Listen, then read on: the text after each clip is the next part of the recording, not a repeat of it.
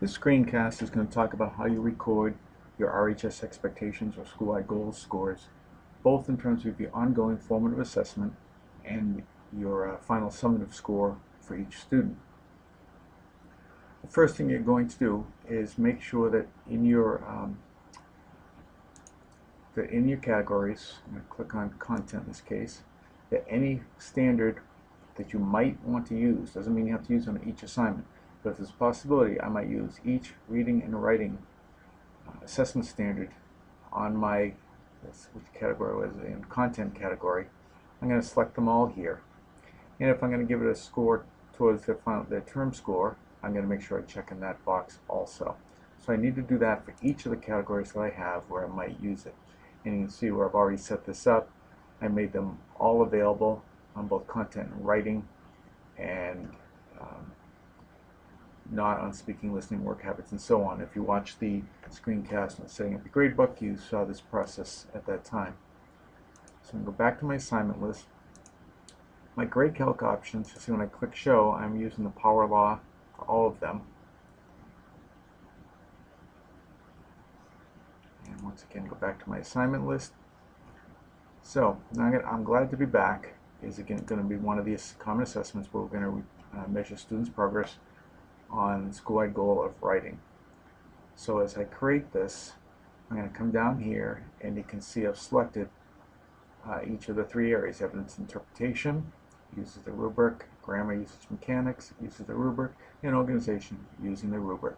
I've assigned it to the writing category because I'm also going to make it available for an overall score on the 100-point scale. So I need to make sure that that is set up first. And then when I save and score, and as I'm sure everybody knows, by selecting in the top box here on each of these scores, I can fill down, and it'll give everybody that same score, and then I can just go change those the exceptions if most of my students have the same score. If not, then it probably doesn't make much sense to use that. And that's how you'll enter their formative score. Now I'm going to head into the gradebook that everybody's familiar with first. Now I've already entered it here. Really, aside from posting grades or maybe looking at what a student's current average is, there's really no need to ever go to the gradebook with that current format. Where under assignments you can enter all scores at one time on the same screen and not have to keep changing the drop-down box above the student roster to see which grading task it is that you're recording at that point. So here I am in the old gradebook, and I'm going to select, basically going to say, let's go to evidence interpretation, and you can see this is the score that I entered for students back on the other page. It's already here. There's no reason for me to come here and enter it again. However, when it comes time to post, if you're using a gradebook, the old gradebook, just as you have in the past, you'll have to change to each task here, right click, and post your grades. And you want to make sure that you're on the screen that you're trying to post to. Otherwise, you can come down here and you can pick the one that you actually need. They'll all be listed here. This menu here just allows you to post a specific type of grade without actually being on that screen. But it's always safer to have this match what it is you're trying to post and just right click and hit post at that point. So that's the old gradebook. Again, no reason to enter them again and again. One of the things you notice though is that there is no score right here for any of these students, and that's because if you use the old gradebook, I selected the power law as I showed you back on the other screen but in the old gradebook the power law doesn't work. The only way to enter a score is to manually enter the score for each student. So as you have in the past, you would go through, select a particular score for each student and enter it, and be sure that you save it. And in standards, unlike your term scores and all that, you just need to enter it in this one column. This column here is used for all mathematical calculations. We don't use any mathematical calculations in the standard once we have the final score. But these are your formative scores, and almost everybody did that very well last year. There were no problems there.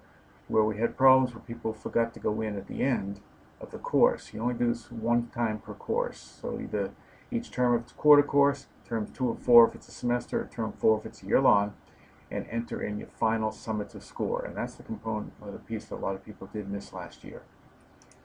If I were to go into gradebook beta, This looks a little bit different in that now they've separated these two out. Rather than having one drop-down menu here with the term and task listed many times, now I can just pick term only and the standard I want only at that point.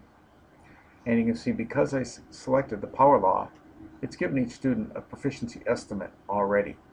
So again, here's their formative scores, the ongoing scores that you're doing throughout the course, and this will be their summative score at the end. And by using the power law, it's going to keep a total there, an ongoing total, as I add additional scores. On this screen, now all I would have to do is come here, click on post.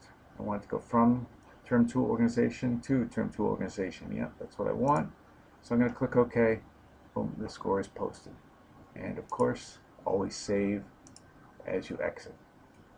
So again, the summative score is the one where we had the most problems last year. That does need to be entered at the end. If you use the beta gradebook, and if your assessments are given at a consistent interval throughout the length of the course, you can use the power law. If you use the old gradebook, or your assessments are not given at a consistent interval, you would need to manually determine each student's final score for that particular standard.